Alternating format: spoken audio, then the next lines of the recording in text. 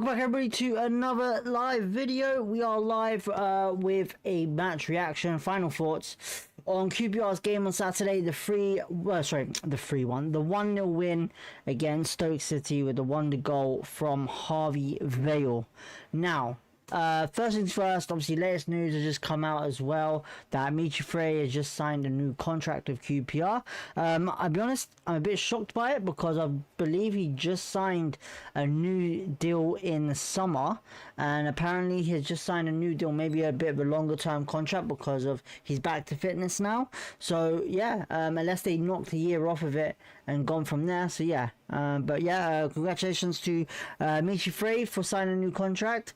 Clearly, Julian likes you. Julian sees something in you, and yeah, just keep the hard work up, I guess, and we'll go from there. But yeah, apart from that, great result, I believe, on the weekend for us.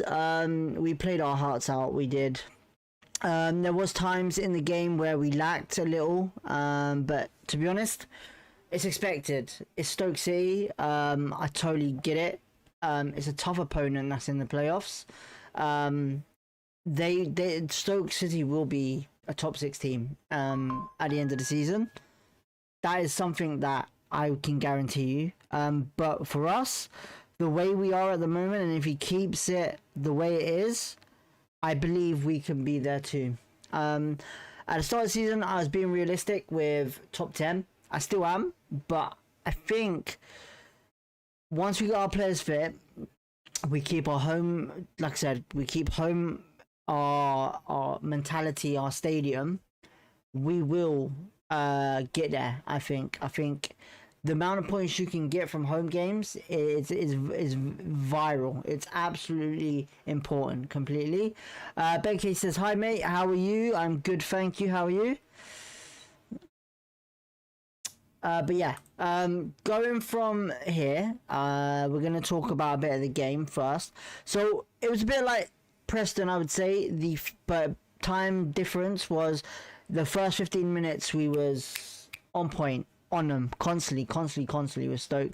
I was a bit surprised by it because they had more possession than us. They controlled the game a bit better. But going this season in the Championship, possession doesn't mean everything. Looking at how we started against Preston, where we went full possession mode, passing, controlling the game constantly, but it didn't do the final product for us, you know.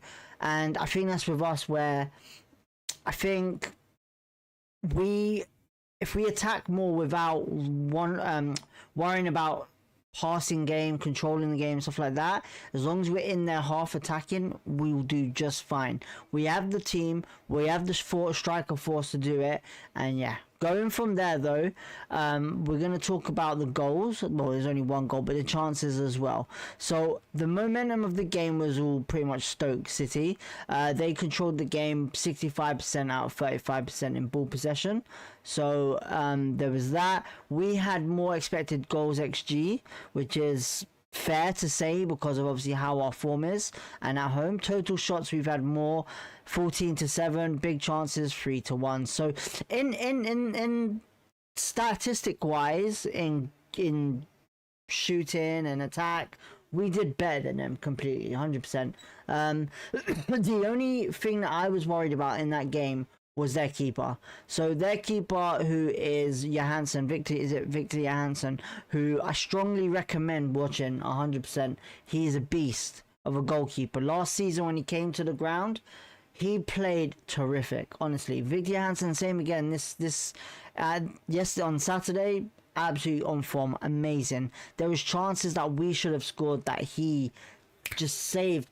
Really great. And if it comes to the stands of where we lose Nardi and if we need to go buy a new keeper, Victor Johansson is the one that I want at QPR. He is incredible, honestly, quality keeper.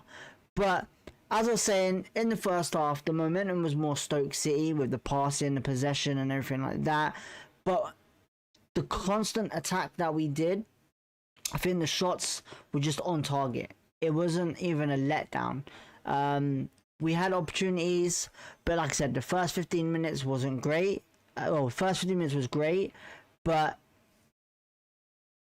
we'll see. We'll see. After the 15 minutes, it was a bit. I would say we sat back a little, let them get the ball into our half, and I think we just tried to counter attack it from there. So yeah, Benki says Tuesday game would have been nice, as in a live stream Tuesday. It would have been, but Carabao Cup, we got knocked out obviously. So yeah, but yeah, it happens. But after I feel like 25 minutes into the game, we kind of looked a bit better. We need to kind of get into a rhythm where 45 minutes is constantly on the away side. Also not on the away side, on the opposition side. You know, we need to pull it against them constantly. Now going into the second half. Now, when we started okay, but then I think Stoke were just trying, when they made the subs, they just had that bit of energy just to push us to the limit. But then from, I would say, I think it was around about the 56-minute mark, where we constantly put the pressure on them. We was just full on attack where Burrell missed an opportunity where he shot and he should have scored it, but it was a great save by Victor Johansson. It was. I believe who else had an opportunity? Sato had a shot on goal, which was really good, but it was straight at the goalkeeper. I'm trying to think if I can think of anyone else that took a shot. I think Richard Coney had an opportunity with a corner. I can't remember, not too sure. But the second half was a lot better, in my opinion, than the first. And then, obviously, we scored the goal with Harvey Vale, who Sato got into the box like he usually does, getting past the defence. And, obviously, took a bit of a weird cross, and it's been cleared out. And straight to Harvey Vale, and he's obviously one hit wonder into the top corner to beat Victor Johansson. And if you're going to beat Victor Johansson, it's going to be an incredible goal. So in my opinion, Harvey Vale, what goal it was. But I will put praise for this.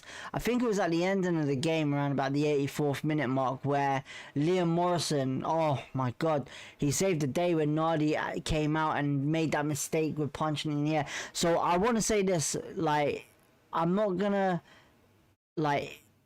go mental over it, but he needs to do better, Nardi. That reminded me of Joe Walsh. That can't happen. I know he's tried to punch it out and clear it, but it is the most ridiculous clearance I've seen. So Nardi needs to make sure next game a lot better, handling the ball a lot better. But apart from that, it's good to see him on the pitch doing well. It's our first clean sheet of the season, I believe, and yeah, we go in from there. But yeah, Liam Morrison cleared that ball off the line brilliantly. I've not seen that since Connolly back in Neil Warnock days, who's cleared balls off like that off the line. Incredible performance by our defence as always. When Mbengu is on that pitch, I'm not worried whatsoever. So yeah, but the subs obviously were there, and we only made one sub, which was Isaac Hayden for John Varane. Maybe saw Varane as a bit of a fatigue. Apparently he was going to make a sub Harvey Vale off for Karimoko Dembele, but that was literally when he scored. So yeah. Let's have a look at the match ratings anyway. This is from FotMob, not FIFA score, not FIFA score, Sofa score or anything like that. So I'm not sure if I actually agree with some of these ratings, but put your comments in below what you think and we'll go from there. So in goal, Nardi got a 6.9. I think as the game was very quiet for him, I would say probably a 7 might have been better. And then in defence, we had Jimmy Dunn, Morrison, and Mbengu, and Norrington Davis. Jimmy Dunn, the captain, got a 7.8. He did all right. It's a bit weird because I think he's performing good, but Jimmy Dunn needs. I think the thing is, he's obviously not playing the same type of role as what Marty Fuentes helped him with. He's not getting into the box a bit more to get the goals or anything like that. The only time you really see him in the box is when there's a set piece. He's mainly taking the throw-ins now because obviously Paul Smith's not on the pitch. But yeah, I would say he's more gets more onto the outside of the wing than on the inside. So he is probably Julian's type of play, but I think majority of the time he's obviously going to look a bit different, obviously because he's not playing that same role in my opinion. But 7.8 is quite adequate for him.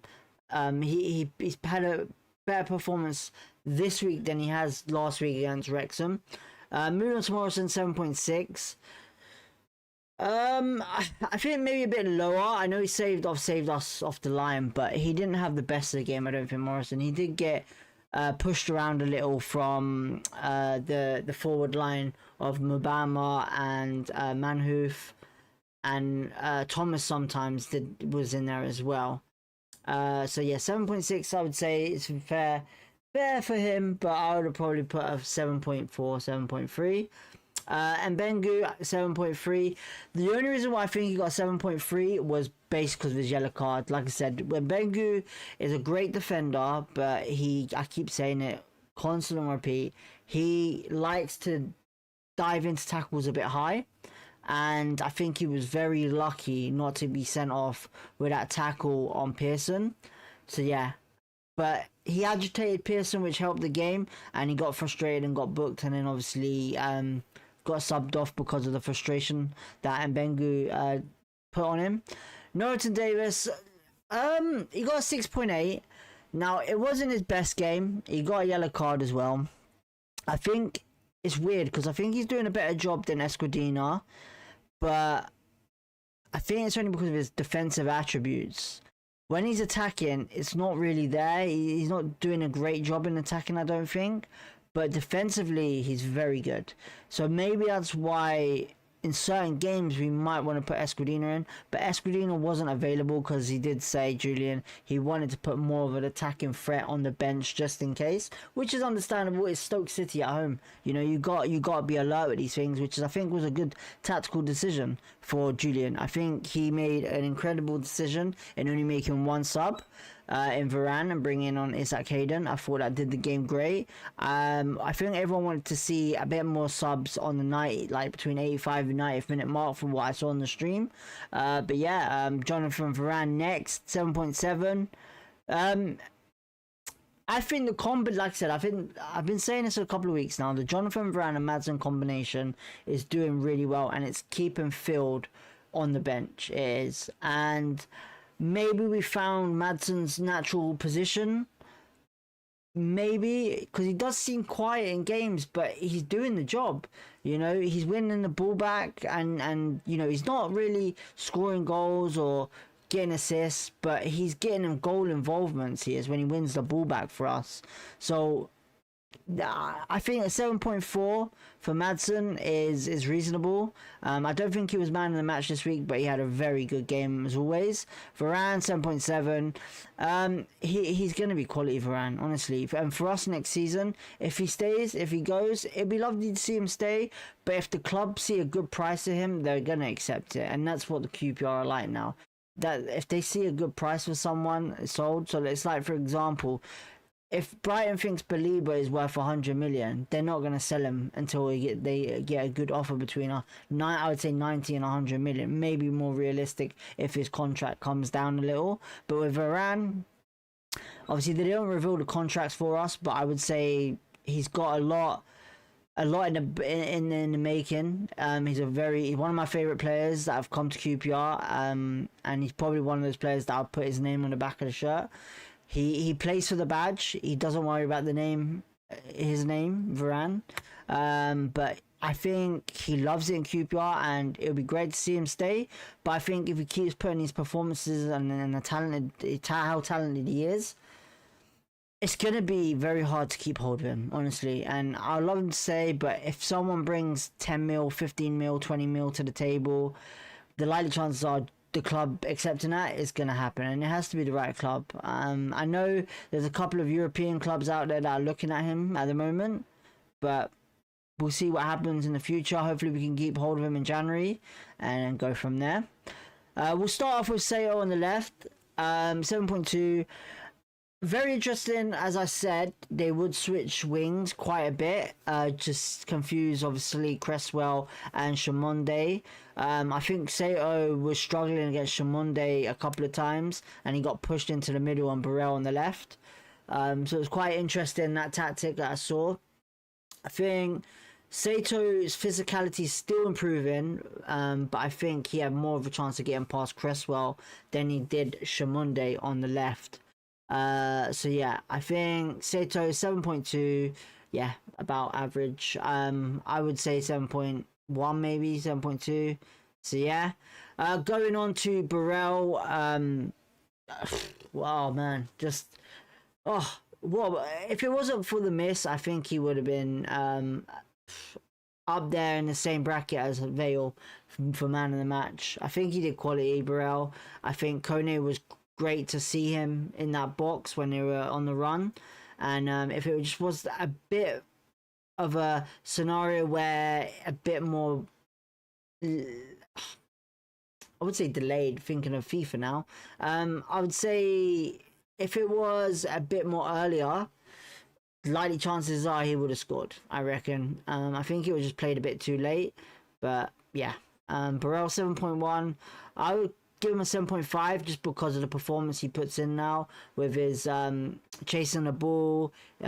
He's just complete machine, man. He like I said, he has the heart of Mackie. He does. He reminds me a lot of Mackie, but he has a great partnership with Kone, I think.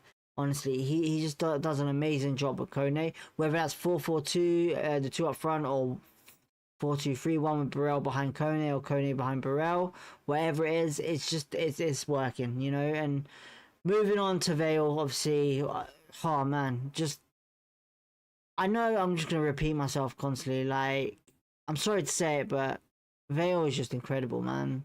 I've been saying it for years. You know, if it wasn't for his injuries at Chelsea, he probably would have been a breakthrough talent. He's had his opportunities at Chelsea, but unfortunately, because of injuries, it's not worked. And for him to finally score a goal for QPR, it is great to see. You know, I didn't expect it to be on the right hand side. I would expect him to be probably in the middle or on the left, which he's naturally at. But as far as I'm aware, Harvey Vale can play in every bloody position. You know, he's been proving it. He's played it in every position apart from goalie. Unless someone can tell me for Chelsea he's played in goal.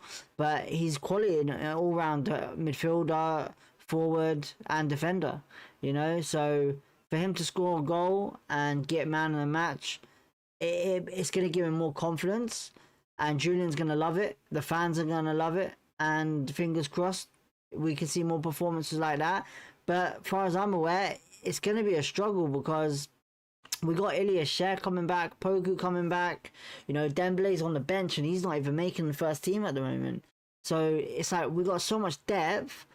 We may need to send someone out on loan in January just to keep them happy. So yeah, 8.4 man of the match for Vale. I would have said it probably 8.6 because he was terrific on the day, man. Honestly, like I said, I've wanted him at QPR for a long time, and he's finally here. It's just brilliant, man, to see. I would have also liked to see Alfie Gilhurst come to QPR. He would have done a great job, I think, with Mbengue. But you know, I guess West Brom has more of a bit of money to offer him. So yeah. And then moving last, Richard Kone, getting a 7.1. Very quiet in the game. The only really thing that he was there was basically the layoff he did for Burrell. So yeah. Oh, give me a second. Hang on.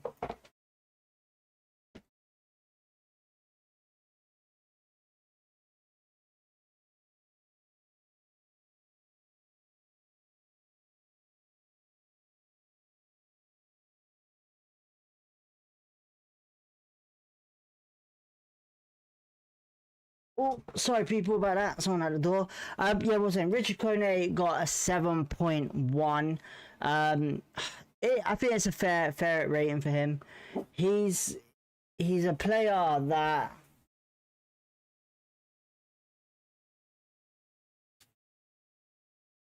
bloody dog. Sorry about that. Yeah, he's a player that we know we're gonna get goals from him. he's very quality. Richard Coney is. He didn't score, unfortunately, but it was a tough opponent to score against. You know, you got Victor Johansson in goal, you got that defense. You know, it's very challenging for him. You know, this is probably the toughest game we would have gone and had. I think.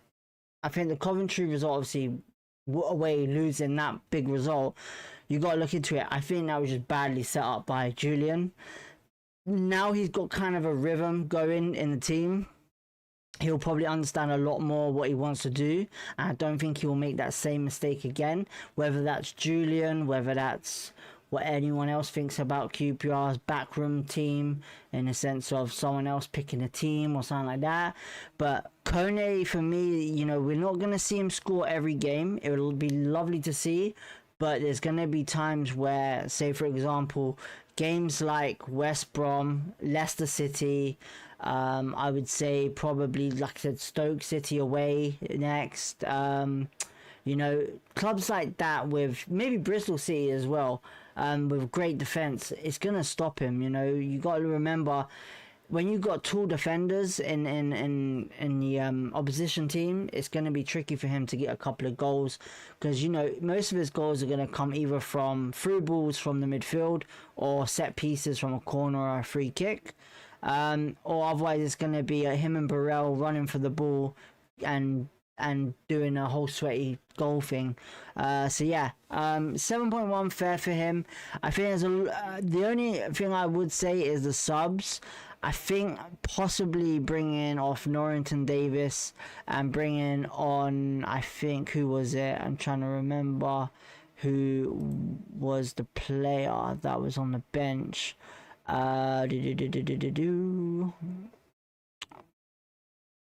In fact, we didn't have anyone. Okay.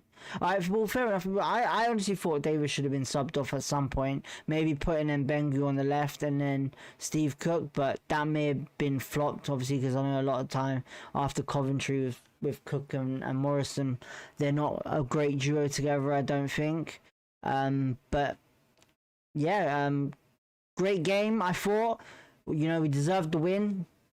And we push on with Sheffield Wednesday next week, well, this week on the weekend. And that's going to be a tough game as well, because Sheffield Wednesday are fighting for their life to stay not just in the championship, but in the actual football game. You know, they could be liquidated. So hopefully that doesn't come to the case, because it's not nice seeing any football club getting liquidated because of poor ownership. It almost happened to us. If it wasn't for for Briatore and Bernie Eccleston, who saved us, you know, we would have been in that same bracket. But yeah, that's football for you. And we go ahead. So in finishing it off, we're 9th, top 10, happy days. We're -2 goal difference. We're level points to 6, Coventry City. You know, we've got three teams ahead of us with 10 points. And the rest are either 11 and 12 or 16. You know, Middlesbrough are flying at the moment in this season with an undefeated streak, same as Coventry.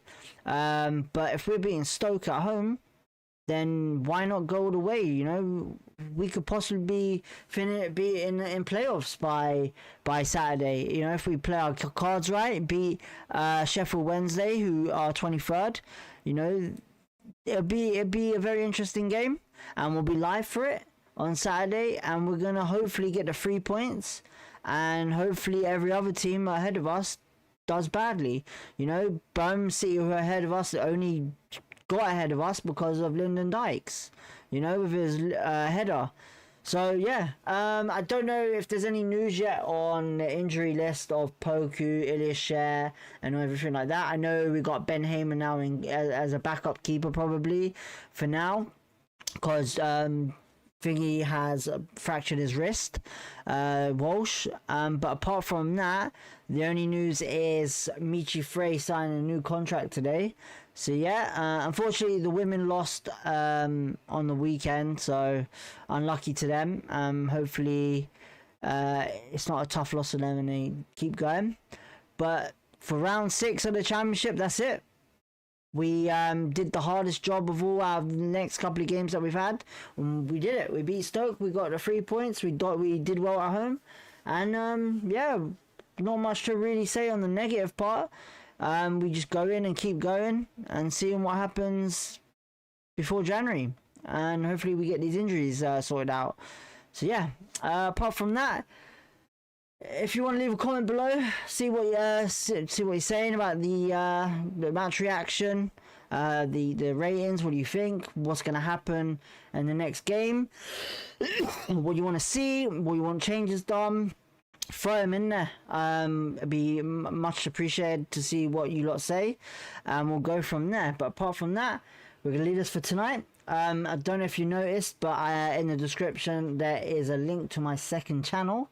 I know I keep promoting it, but we're gonna start doing hopefully some FC26 and FM26 gaming content on that channel, to do a QPR and maybe some other stuff. If you're interested in that, check it out. Go subscribe, and hopefully we'll be live after this around about 8 o'clock for a couple of hours just to try it out. Was meant to come on yesterday, but obviously YouTube wouldn't let me stream it for some reason. Don't know why, but it seems to be fixed now. But we'll go in from there. Have a lovely day. Don't forget to like and subscribe. Make sure you hit the like button, definitely. We're doing well.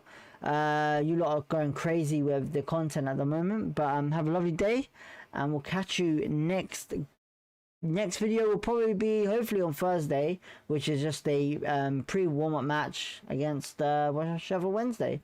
Unless there's any latest news, you'll probably hear something come through. But apart from that, have a great day, and we'll catch you in a bit.